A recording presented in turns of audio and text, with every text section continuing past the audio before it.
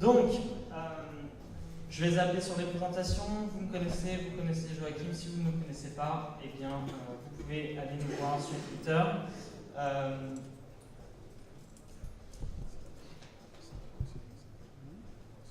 Donc une idée. Ce talk, ça va partir d'une idée et ça va aller jusqu'à la réalisation d'une application. Donc pour commencer, il faut une idée. Et une idée, ça n'a pas de valeur. Pourquoi une idée, ça n'a pas de valeur? Il y a une façon très simple de tester cette hypothèse, c'est de simplement essayer de vendre une idée. Est-ce que vous avez déjà essayé de vendre une idée? Vous prenez un bout de papier, vous écrivez l'idée du siècle, le prochain Google, vous le mettez dans une enveloppe et vous mettez dessus 10 000 $. Qui va vous acheter cette enveloppe? Eh bien, personne. Tout simplement parce qu'une idée n'a pas de valeur en soi. Et une idée, si elle avait une valeur, il y aura un marché pour des idées. Il n'y a pas de marché, donc il n'y a pas de valeur. Par contre, même si une idée n'a pas de valeur, vous avez absolument, désespérément besoin d'une idée. Pas parce qu'une idée a de la valeur en elle-même, mais parce qu'une idée, c'est votre point de départ. Et donc un point de départ, comme point de départ, on a une histoire assez sympa, alors je vais vous la raconter. À Bay2 Breakers, alors pour ceux qui ne connaissent pas Bay2 Breakers, c'est à San Francisco, un festival déguisé. Joachim, ici présent, enfin en tout cas en photo, est déguisé, comme le veut la tradition, a eu une idée. Et cette idée, c'était de faire une application mobile qui vous permette de coder, mais qui vous permette de coder de façon facile et qui vous permette de résoudre des challenges de code sur votre mobile, dans le métro, en situation de mobilité, comme disent VDSS2. Et donc, quand il a eu cette idée, alors moi j'étais pas à Bay2 Breakers parce que ça démarre le matin, et moi le matin je suis pas disponible. Donc j'étais pas là, mais il m'a présenté l'idée et il m'a dit écoute, très bien, j'ai cette idée, j'ai une idée de. Alors pour ceux qui ne connaissent pas Joachim, c'est quelqu'un qui est très fort en design d'application et au niveau du design, c'est vraiment sa force. Il me dit j'ai cette idée, mais c'est quand même très technique et je ne sais pas vraiment comment le faire, mais par contre j'ai l'idée de la UI.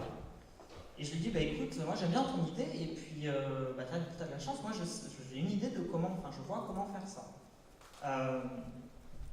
Et donc à partir de là, pour ceux qui connaissent le Lean Startup, on parle beaucoup de Minimum Viable Product. Et le Minimum Viable Product, c'est votre minimum, votre produit minimum que vous devez mettre en face des utilisateurs en théorie. Alors c'est très bien tout ça, mais moi j'ai vu au moins une centaine de définitions différentes du Minimum Viable Product. Personne ne sait vraiment ce que c'est, personne ne sait où tracer la ligne, où s'arrêter. Alors je vous propose qu'on enlève le product et puis qu'on invente une nouvelle notion, c'est le Minimum Viable Prototype. Et qu'est-ce que c'est? Là, on va mettre des définitions précises. Un minimum viable prototype, c'est quelque chose qui est un produit aussi moche que possible. C'est pas grave si c'est moche. Mais complètement fonctionnel, avec une seule fonctionnalité. Une seule fonctionnalité, mais qui marche, même si c'est moche. Et la dernière caractéristique, ce minimum viable prototype doit être absolument fini en 48 heures. Pourquoi 48 heures? Parce que c'est le temps d'un week-end. En 48 heures, si vous n'avez pas fini votre prototype, vous allez laisser tomber. Ça ne sert à rien. Il faut que ça tienne dans un temps limité. Et par l'expérience, je sais que 48 heures, ça marche assez bien. Donc c'est ce que j'ai fait. J'ai pris son idée et puis j'ai lancé mon minimum viable prototype en 2 jours. Je suis arrivé à quelque chose qui est très moche, comme prévu. C'est ça. Alors, évidemment, ça ressemble à rien, on ne comprend rien, on ne sait pas ce qui se passe, donc je vais vous expliquer un peu, mais ça marche. C'est-à-dire que ce prototype, qui est vraiment le premier prototype que j'ai fait en 2 jours, il est complètement horrible et inutilisable. Si vous ne savez pas ce que vous êtes en train de regarder, c'est inutilisable, mais ça marche. Alors qu'est-ce que ça fait? C'est simple. Donc en haut, vous avez des inputs et des outputs. Donc l'idée de Joachim, c'était de dire vous avez des entrées et des sorties. Et puis on vous demande de coder la règle générale, donc l'algorithme, qui, pour un certain input, match l'output. Donc dans ce cas-là, tout ce qu'on a, c'est donc en fait, il faut imaginer que la partie qui est en bas, avec les chiffres plus le bouton qui est là, ça forme un espèce de clavier qui ne ressemble pas à grand chose, mais il faut l'imaginer comme un clavier. La syntaxe erreur, c'est le rapport d'erreur, et puis là où il est marqué expression, c'est là où vous êtes en train de taper. Donc au moment où je tape, voilà, je commence à taper, donc je tape input, je tape plus, je tape 1. Là l'input vaut 10, plus 1, ça fait 11. Donc ça marche, et puis si jamais je continue et que je fais 42, qui est l'output attendu, ça se met en vert, et par contre si je fais une division par 0, ça détecte les erreurs. Donc ça veut dire qu'en 48 heures, j'ai un truc qui est moche, mais il y a la fonctionnalité principale, c'est-à-dire que j'ai un bout de code qui s'exécute,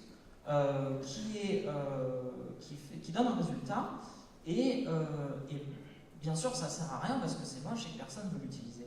Mais c'est votre point de départ, et à partir de là, vous restez calme et vous itérez.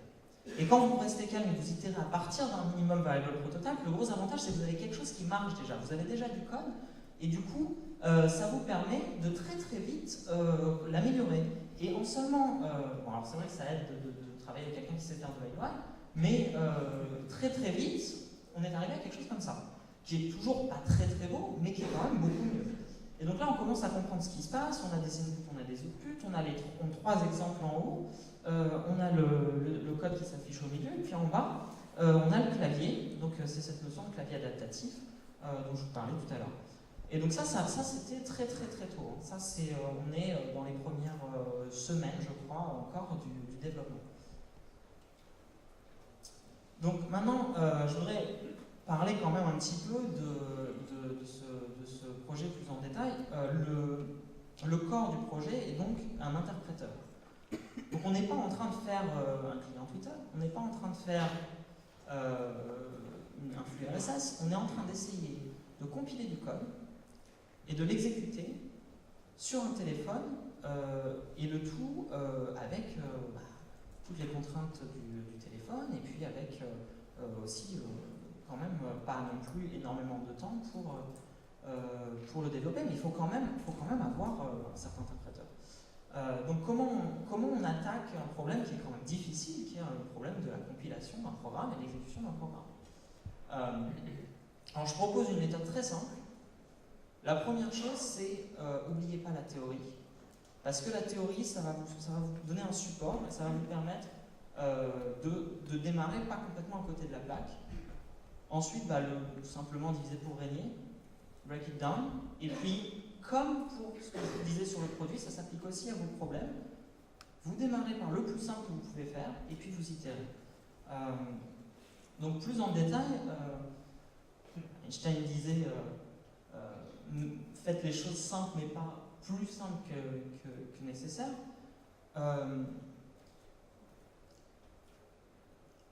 J'aime bien cet exemple, c'est, je sais pas, il y en a peut-être qui connaissent, c'est ma question préférée sur Stack Overflow.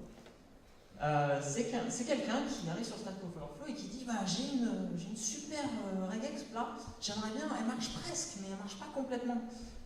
Et c'est pour parser du XHTML. Non, c'est pas possible, je suis désolé, une regex ne peut pas parser du HTML. You can parse HTML with regex. Pourquoi? Parce que l'univers va s'écrouler. Et ça, c'est la réponse qui a énormément de succès. Il est parti avec une utilisation créative de Unicode pour expliquer ce qu'il veut dire, mais c'est vraiment ça l'idée, ça ne marchera pas. On peut prouver que ce n'est pas possible.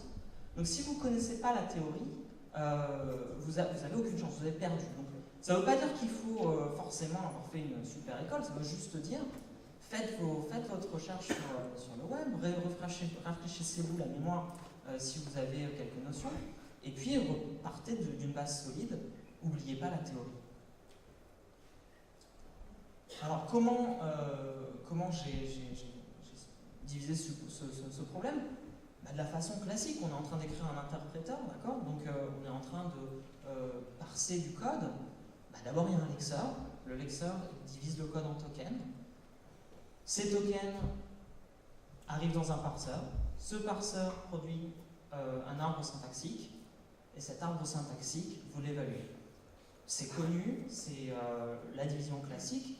Même le prototype que vous avez vu, qui est moche comme tout, a cette séparation. Alors le lexeur faisait 2 lignes de code, le parseur faisait 3 fonctions, l'évaluation était ultra simple, mais j'avais déjà cette division, donc du coup mon point de départ, il est quand même bien construit, donc je peux continuer d'itérer là-dessus. Donc à partir de là, je ne sais pas pour ceux qui le connaissent, un lexeur, ça prend du code, puis ça le découpe en tokens. Un parseur, donc ça crée un arbre syntaxique. Donc tout ça c'est classique, mais il ne faut pas passer à côté. Il ne faut pas essayer de zapper cette étape, parce que sinon vous allez prendre les pieds dans le tapis. Donc il faut vraiment mettre en place cette structure. Dès que vous attaquez un problème assez compliqué, il faut mettre en place la structure qui est la bonne et qui est normalement guidée, encore une fois, par la théorie. Donc là, en l'occurrence, voilà, une variable égale 1 plus 2, et ben, c'est un assignement, donc c'est une variable et puis un sous-arbre d'expression binaire avec 2 nombres et puis un opérateur, en l'occurrence ici, l'addition. Alors quand je parle de démarrer petit et d'itérer, ma première grammaire, j'écris la grammaire pour mon langage, la première grammaire, c'était uniquement des opérations plus, moins, multipliées, enfin très très simples.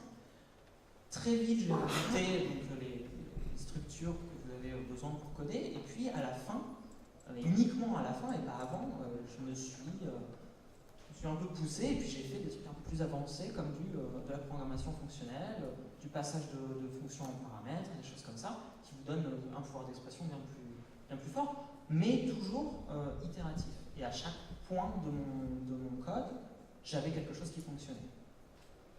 Je vais revenir d'ailleurs à comment avoir cette itération qui fonctionne en permanence. Donc pour revenir à Einstein, le code total du parseur à la fin, donc quand on a eu film, en seulement 250 lignes de code, vous avez un parseur complet pour un langage qui a de la notation fonctionnelle, de la notation dot notation, des listes, un pouvoir d'expression assez riche. Comment je le fais? J'utilise le conseil d'Einstein, c'est-à-dire que je fais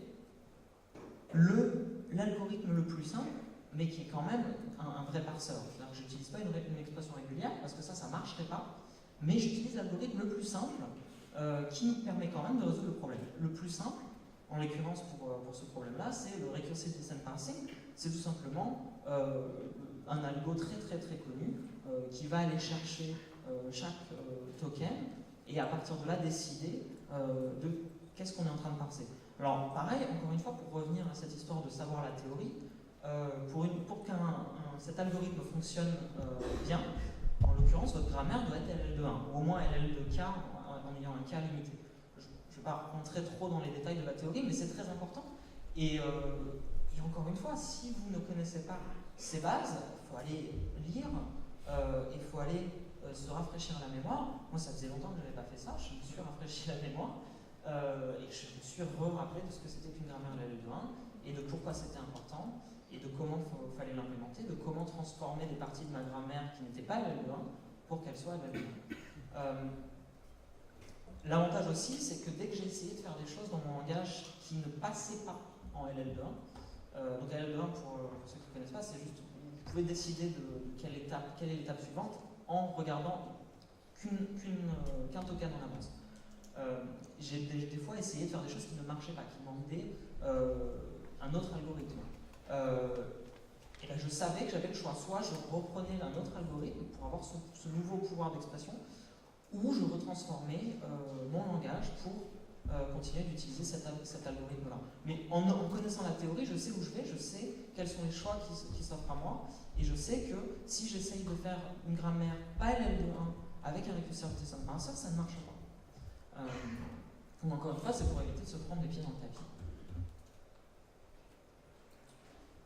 Alors, tout ça c'est très très bien, mais au bout d'un moment, c'est beau, vous avez un algorithme magnifique, il faut l'afficher. Alors le modèle que Joachim a utilisé, dans ce cas, qui est encore une fois un cas un peu complexe, donc on essaye d'afficher du code et puis on essaye aussi d'avoir un clavier qui s'adapte à ce que vous êtes en train de coder.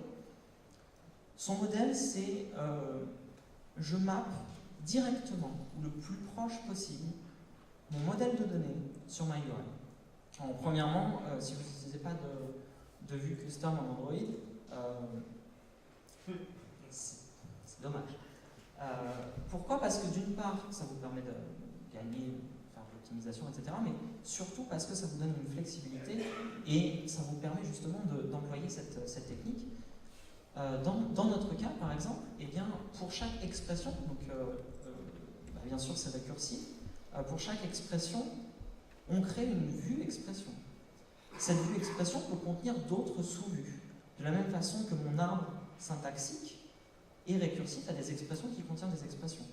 L'avantage de ça, c'est que ça va nous permettre de faire une UI beaucoup plus intuitive et cela en beaucoup moins de développement. Par exemple, et je le montrerai à la fin, par exemple, on est capable de faire très facilement du drag and drop. Pourquoi? Parce que quand vous drag and droppez une vue, votre vue se mappe directement à votre modèle. Donc quand vous drag and droppez une vue, vous drag and droppez en fait votre objet. Ça permet de faire des choses comme ça permet aussi de faire, de savoir, encore une fois, d'être guidé un peu dans la construction de votre hiérarchie de vue, parce que vous savez que vous allez faire quelque chose qui va forcément marcher, puisque ça mappe directement votre modèle. Vous savez que vous n'allez pas être en train d'essayer de faire rentrer vos données dans la vue d'une façon bizarre, puisque c'est, encore une fois, il y a ce mapping direct entre les deux. C'est une technique qu'on a aussi employée dans notre boulot. Encore une fois, comme je disais, on bosse ensemble. On avait une structure qui, clairement, était un arbre. Et donc cet arbre, il fallait pouvoir descendre dans les nœuds et remonter dans les nœuds, parce que c'était une forme de navigation. Et là, on a fait la même chose. On a pris chaque nœud, et puis chaque nœud est représenté par une vue. Et donc, en ayant ce mapping direct, même quand les designers ont décidé de changer complètement la UI, eh ben, ça n'a pas bougé. Notre modèle n'a pas bougé. Évidemment, on a changé la façon dont les vues étaient arrangées pour savoir ce qu'eux voulaient, mais ça n'a pas du tout cassé. La plupart de notre code, en fait, était toujours valide. Donc ça a énormément d'avantages et je pense que c'est un modèle intéressant. Alors bon, voilà, c'était pour... j'ai pas énormément non plus de temps, donc ça c'était un peu le cœur du problème. Je peux vous donner d'autres exemples, bien sûr, et puis je répondrai à vos questions. Mais je voudrais quand même vous donner une séquence de conseils basée sur notre expérience en développant cette application, mais aussi, c'est pas des choses qu'on a inventées, quoi, c'est des choses en lesquelles beaucoup de gens croient et je pense qu'ils sont utiles. Et puis à la fin, alors je sais que vous avez tout ça, mais à la fin il y aura une petite surprise, donc je vous encourage à rester jusqu'au bout.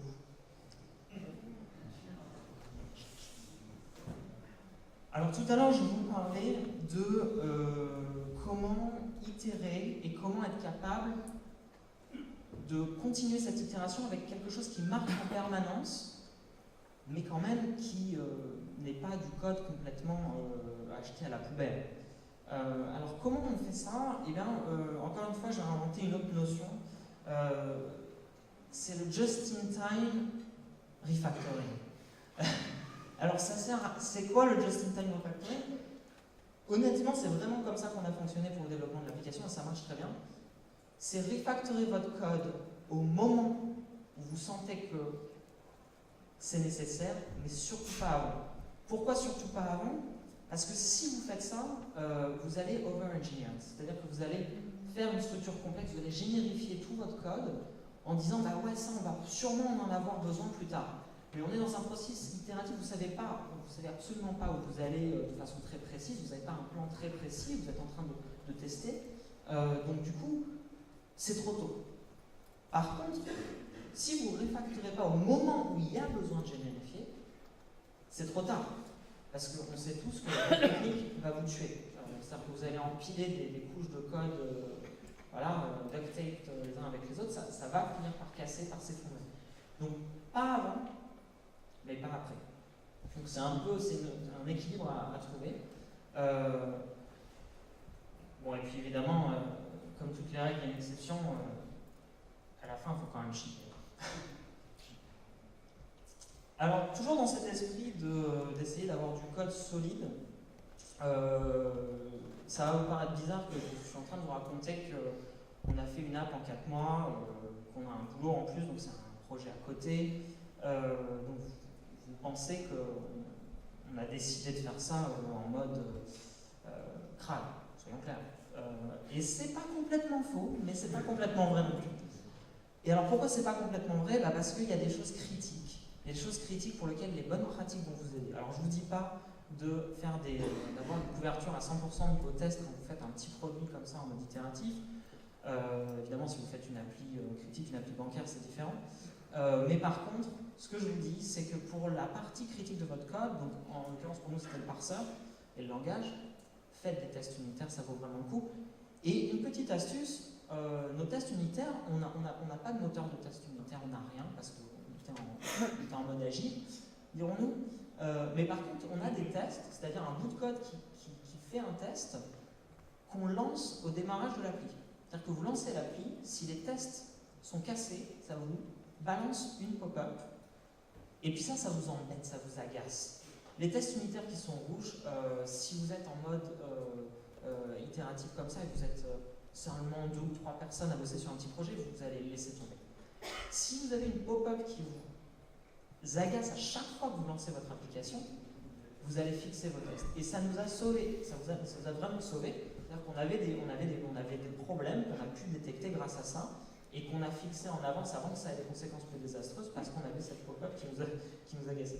C'est de la psychologie, mais ça marche. Et puis évidemment, faites ça quand des bugs parce que si jamais vos tests cassent en prod, ça serait un peu dommage d'agacer vos utilisateurs. Dans le même esprit, ça va peut-être vous surprendre, tout notre code, l'intégralité du code, on a aussi un peu de code côté serveur, l'intégralité de notre code, on a fait du code review. Donc tout notre code a été relu, même sur un petit projet comme ça. Nous, on ne pourrait plus s'en passer.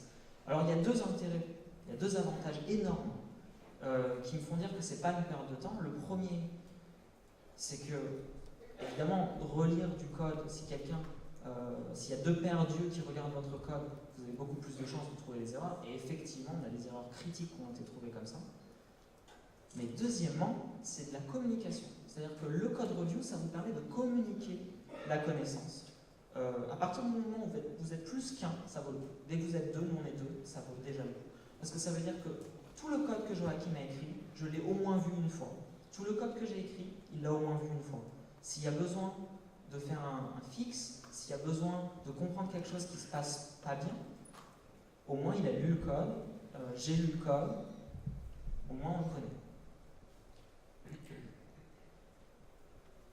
N'hésitez pas, il n'y a pas de honte à demander de l'aide. On a fait jouer notre réseau complètement. On a voulu avoir un modèle de sécurité qui tenait la route. On a demandé à des gens qui étaient spécialisés en sécurité. On avait besoin de graphisme. On a demandé à quelqu'un qui faisait du graphisme. On avait besoin de conseils sur plein de choses, d'architecture. On a demandé à des gens qu'on respecte et qui nous ont aidés. On avait évidemment besoin de tests et de tests rapide, enfin je veux dire de bêta-testeurs, enfin, plutôt d'alpha-testeurs en l'occurrence. Donc on a donné notre application très vite à des gens de confiance en leur disant allez-y, reportez-nous ce qui ne va pas, donnez-nous, reportez-nous les bugs que vous trouvez. Ça c'est hyper important. Et donc dans la même lignée, sortez de chez vous. Dès le début, dès mon deuxième screenshot, si vous vous souvenez, dès que c'était plus complètement horrible, on va dire, on est sorti dans des conférences avec nos amis, on a montré cette application très vite à des gens pour avoir du retour. Parce que ça ne sert à rien de faire quelque chose dans votre coin, vous pensez que c'est génial, vous pensez que c'est une bonne idée, vous pensez que ça marche bien, mais en fait vous êtes biaisé. Dès le début, on s'en est rendu compte, à chaque fois qu'on faisait ça, on disait, c'est nous qui l'avons fait, on sait comment ça marche, du coup on ne voit plus les problèmes de UI, on ne voit plus les bugs parce qu'on les contourne naturellement, parce qu'on sait où ils sont. Donc sortez de chez vous, même si vous avez quelque chose qui n'est pas terrible, qui n'est pas encore très polish. Et d'ailleurs, si vous n'êtes pas complètement embarrassé par votre première version, c'est trop tard. Vous avez attendu trop longtemps, vous avez déjà poliché quelque chose dont vous ne savez pas ce que les gens pensent. Donc ça, c'est très important.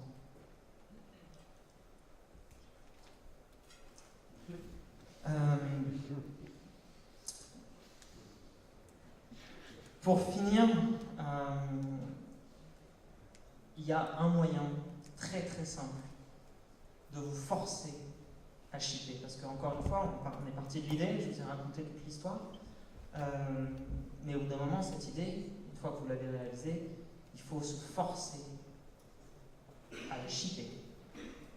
Et je ne sais pas si je choisis ça au hasard, Nolan Belchiner, c'est le créateur et le fondateur d'Atari. La meilleure façon de shipper un produit, c'est de vous donner une deadline. Et pour se donner une deadline, la meilleure façon, c'est de trouver une compétition, un talk, qui vous force à avoir une date et à vous y tenir. Et pour nous, pour moi et pour Joachim, la deadline, c'est maintenant. Donc, ça fait 4 mois qu'on travaille là-dessus.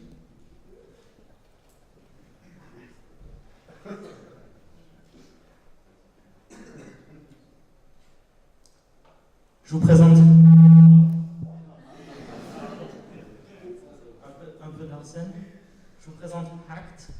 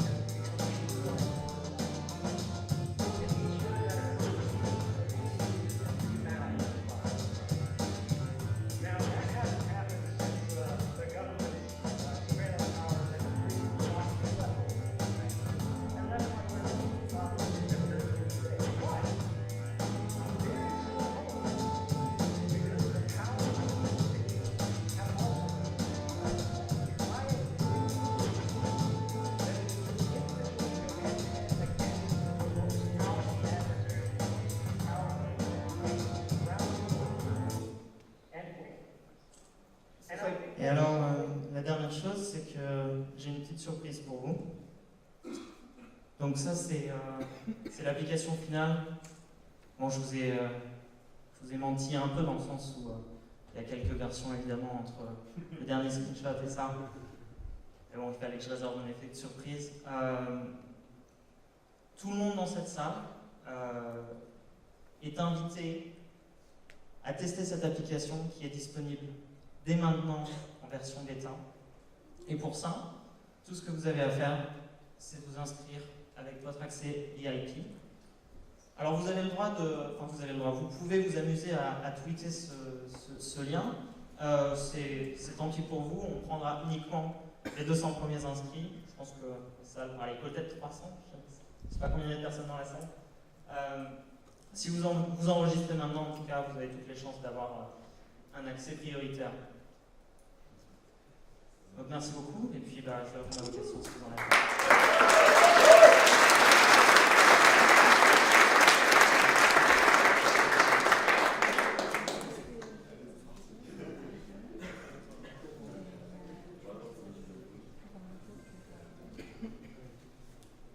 Des questions?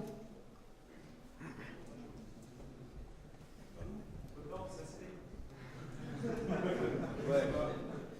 Alors d'abord bravo, c'est très sympa. J'ai une petite question. Pourquoi tu n'as pas utilisé des outils qui existent, genre Ranteller, etc. Tu as tout fait à la main? Alors c'est une très bonne question. Ça tombe bien, c'est la question que j'avais préparée. Pourtant on se connaît bien. Alors effectivement, j'aurais pu. Et d'ailleurs, j'ai étudié la possibilité avec beaucoup d'attention. Et c'est tout à fait une bonne idée, c'est tout à fait valide. Mon raisonnement est le suivant. Il s'agit là du corps de ce qu'on fait. Alors la fonctionnalité principale. On a utilisé énormément de frameworks. On a utilisé Butterknife, on a utilisé Retrofit, on a utilisé des tas de choses. Jackson, Modernlife. On a utilisé beaucoup des choses faites. Mais le corps de notre produit, on voulait avoir la main dessus à 100%. Pour deux raisons. La première, c'est qu'on voulait vraiment quelque chose de simple. Donc là, vous avez un langage qui est vraiment simple à comprendre. Et deuxièmement, on voulait avoir écrit le parseur nous-mêmes pour pouvoir avoir le contrôle complet de la gestion d'erreurs, pour proposer ce clavier adaptatif. Encore une fois, Angular, par exemple, c'est une remarque, aurait pu générer le parseur. Le parseur, comme je vous l'ai dit, il fait 250 lignes de code. Si votre corps produit, c'est un interpréteur, et que vous n'êtes pas capable de faire ces 250 lignes de code, c'est un peu dommage. Et surtout, vous perdez beaucoup de contrôle. Encore une fois, là, je ne l'ai peut-être pas montré, mais quand j'ai montré au début, par exemple, on est capable de vous remonter des messages d'erreur un peu sympas. On est capable de faire des tas de choses qu'on ne pourrait pas faire, qui seraient plus difficiles si on utilisait un générateur. D'autres questions? Tout le monde est sur son téléphone en train de s'inscrire.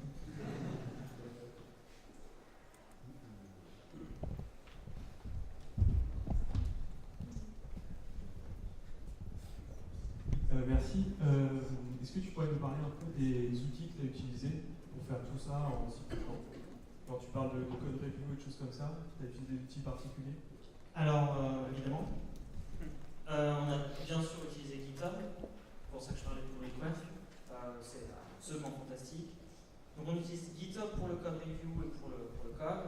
On utilise Crashlytics pour le crash report. On utilise une combinaison de Flurry et de Crashlytics pour tout ce qui est analytics.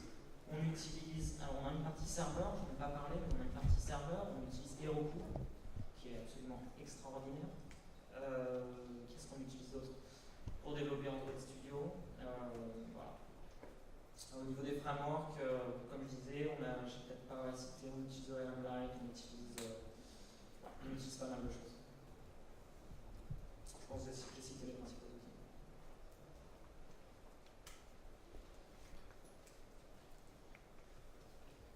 D'autres questions?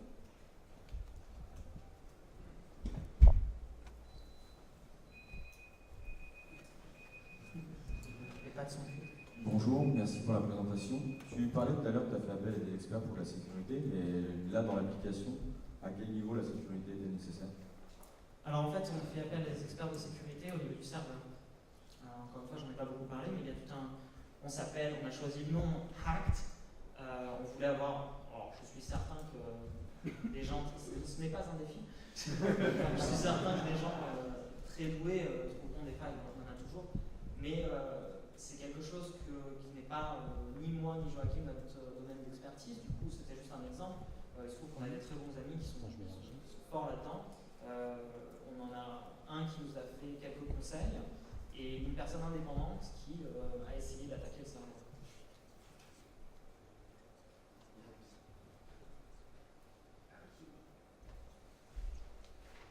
Quelqu'un d'autre?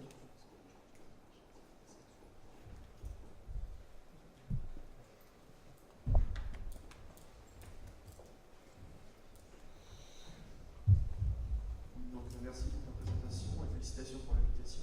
Merci. Est-ce que vous avez un business model derrière ou est-ce que c'est une chose qui ne sont pas encore Alors, on a un début de business model. On a implémenté. Alors, l'application est évidemment gratuite. Tout ce que vous avez vu dans la présentation, dans la vidéo, est accessible gratuitement. Parce qu'on avait aussi envie de faire plaisir à la communauté, de leur offrir un produit sympa et gratuit. On a quand même intégré du in-app purchase. Donc on a quelques petits éléments qui sont payants. Mais qui ne sont pas complètement payants. En fait, on a un système de monnaie virtuelle, qu'on appelle les altcoins, à l'intérieur de l'application, et vous en gagnez quand vous êtes dans un mode histoire, quand vous commencez à faire l'histoire et à résoudre des problèmes, vous gagnez des altcoins, donc vous pouvez ensuite les dépenser. Si vous arrivez à court, là, on a des in-app purchase pour en racheter d'autres. Mais vous pouvez complètement faire tout sans jamais dépenser un centime. Donc c'est un début de business model, on a d'autres idées derrière. C'est un peu tôt pour en parler, mais on a d'autres idées.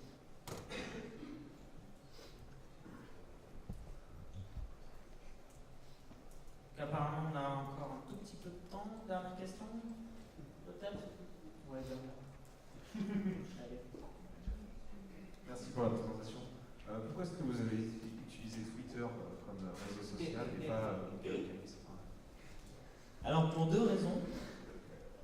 La première, c'est que notre cible, c'était principalement des gens qui codent et qui ont un téléphone Android et qui sont des passionnés.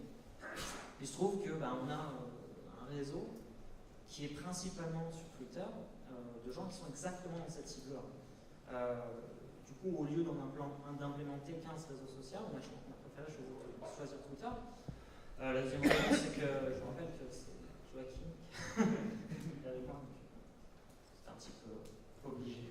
Et il a de l'expérience évidemment là-dessus. Merci. Merci beaucoup.